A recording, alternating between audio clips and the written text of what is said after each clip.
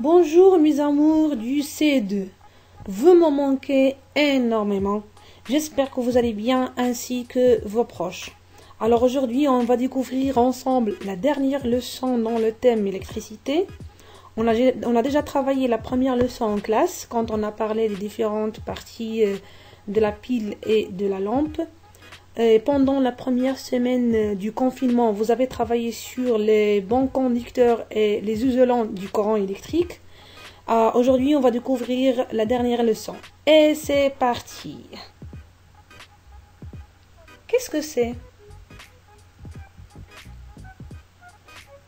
C'est une lampe de poche en train de clignoter. La question qui se pose, comment ça marche cette lampe? C'est pas de la magie, bien sûr. Pour répondre à cette question, on va essayer de décomposer ou bien démonter cette lampe de poche afin de découvrir qu'est-ce qu'on a à l'intérieur qui fait marcher cette lampe. Voici donc un dessin ou bien un schéma qui représente la décomposition de la lampe de poche. Alors, dans ces deux états, ici on a la lampe de poche éteinte, dans l'autre côté on a la lampe de poche allumée. Suivez s'il vous plaît le point rouge parce que ça va t'aider à bien suivre. Passons maintenant aux composants. Alors ici, on a deux composants. On les appelle comment? Bravo, ce sont des piles. Passons maintenant à un autre élément qu'on voit ici. On l'appelle comment? Bravo, c'est une lampe ou bien une ampoule. Donc, les piles et la lampe sont liées avec des fils qu'on voit en rouge dans les deux côtés. On les appelle les fils de connexion ou bien les fils électriques. Le dernier élément de la lampe, c'est l'interrupteur. On a déjà le nom. Mais la question qui se pose, c'est quoi le rôle de l'interrupteur? Donc pour répondre, je vais te demander de bien observer la différence entre les deux interrupteurs.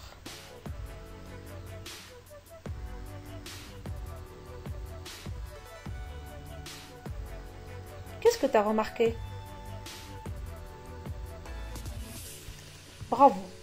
L'interrupteur de la lampe éteinte est ouvert.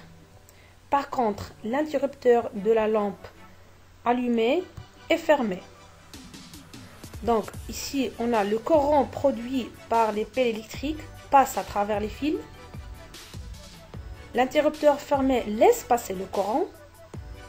Par conséquent, la lampe est allumée. De l'autre côté, on a l'interrupteur ouvert, laissant vide. Donc l'air passe à travers ce vide.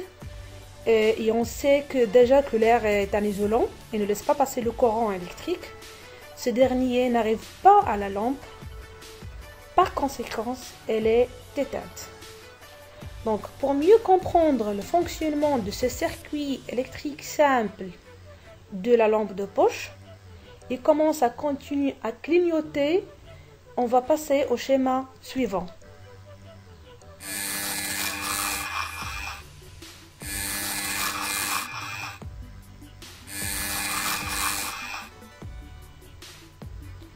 Comme vous avez remarqué, l'ampoule clignote grâce à l'interrupteur qui s'ouvre et qui se ferme d'une manière continue. Alors, ouvrir et fermer l'interrupteur d'une manière continue donne des clignotements de l'ampoule ou bien de la lampe. Maintenant, on va essayer de monter ou bien imiter ce montage électrique simple. Suivons ensemble. Alors, pour monter un circuit électrique simple, on aura besoin d'une pile. La pile ici, c'est la source électrique, c'est elle qui produit le courant électrique dans ce circuit. Alors, on aura aussi besoin d'une lampe. Alors, la lampe ici, c'est le récepteur du courant électrique produit par la pile. On la fixe. On aura aussi besoin d'un interrupteur. L'interrupteur ici, c'est l'élément de commande, ça veut dire c'est lui qui permet de fermer ou bien ouvrir le circuit. Et on aura aussi besoin des fils de connexion ou bien les fils électriques qui permettent la liaison entre les différents éléments de ce circuit. Alors on va commencer par le fil rouge. Alors ici j'ai des points qui m'aident à bien monter ce circuit. Alors maintenant j'ai lié l'interrupteur avec l'ampoule. La deuxième étape, laquelle? C'est quoi à votre avis?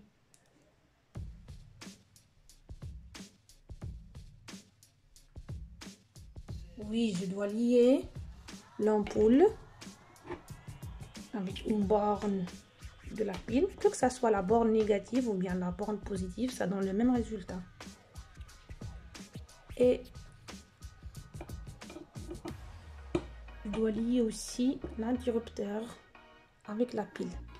Alors pour bien fixer ces deux fils sur la pile, je vais utiliser deux petites pinces.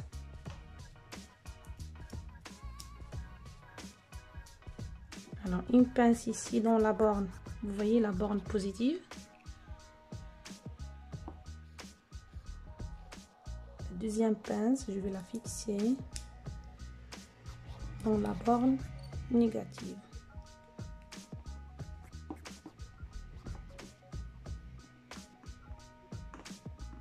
Donc, on a toujours la lampe qui est éteinte. Pourquoi?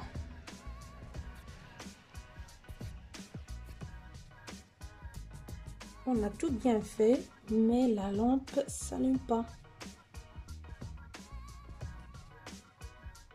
Oui, bravo, parce qu'on a oublié de fermer le circuit. Et voilà, ici, on a la lampe qui est allumée quand on a fermé le circuit. Alors, le circuit électrique, c'est une boucle fermée, d'accord? Et le courant passe à travers ces fils-là pour allumer la lampe.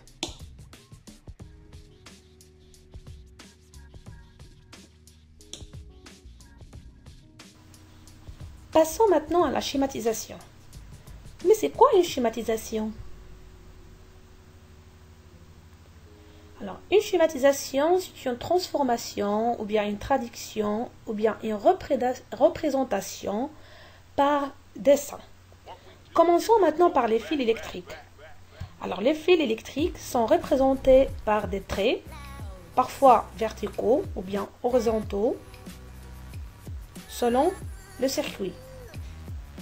L'interrupteur ici est symbolisé par ce dessin, un trait vers le haut quand on a l'interrupteur ouvert. Quand on a l'interrupteur fermé, on met juste un trait qui lie entre les deux points. La pile aussi a un symbole spécial.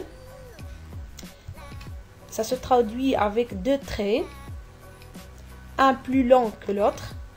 Le plus long représente la borne positive, le plus petit représente la borne négative. L'ampoule aussi a un symbole spécial. Ça se représente par un rond avec une croix dedans. Maintenant, si on met ces symboles ou bien on remplace les éléments du circuit électrique simple par ces symboles, ça donne ce résultat. Alors, ces symboles, ce sont des symboles normalisés. Ça veut dire, si on montre ce schéma à quelqu'un qui habite en Amérique, en Inde même, elle va comprendre automatiquement c'est un circuit électrique simple. Et que si, quand on parle d'une ampoule, et que ce symbole, ça signifie un interrupteur. Et celui-là, ça signifie une pile. Si, comme on dit, une langue internationale, ou bien une langue électrique internationale que tout le monde peut comprendre. Passons maintenant à quelques exercices d'application.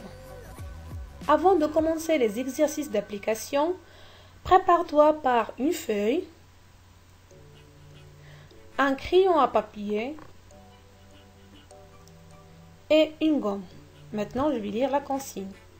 Schématise les dessins ci-dessus. On va commencer tout d'abord avec le premier dessin.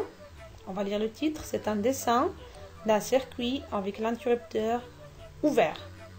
Donc, commençons par un rectangle.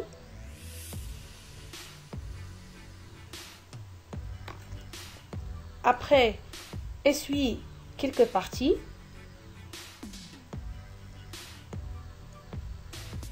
Maintenant, remplis le vide avec les symboles normalisés d'un circuit électrique simple. Tu peux mettre la vidéo en pause. Après, on continue pour voir la correction.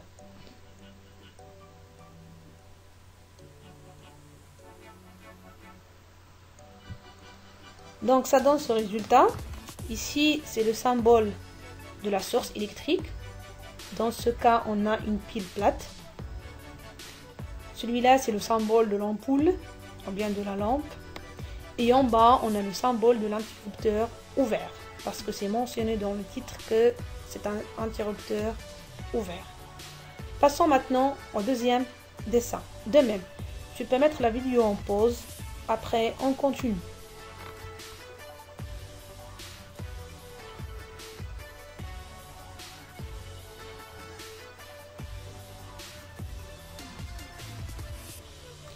Et voilà, toujours le même symbole de la pile, ou bien de la source électrique, le même symbole de l'ampoule, mais ici on a un interrupteur fermé, donc on met juste un trait qui lie entre les deux points, parce que c'est mentionné dans le titre, et on a l'ampoule allumée. Donc c'est tout pour aujourd'hui. Alors je vais finir par la même question. Maintenant, est-ce que tu sais comment ça marche la lampe de poche? Donc je te souhaite une bonne journée et au revoir.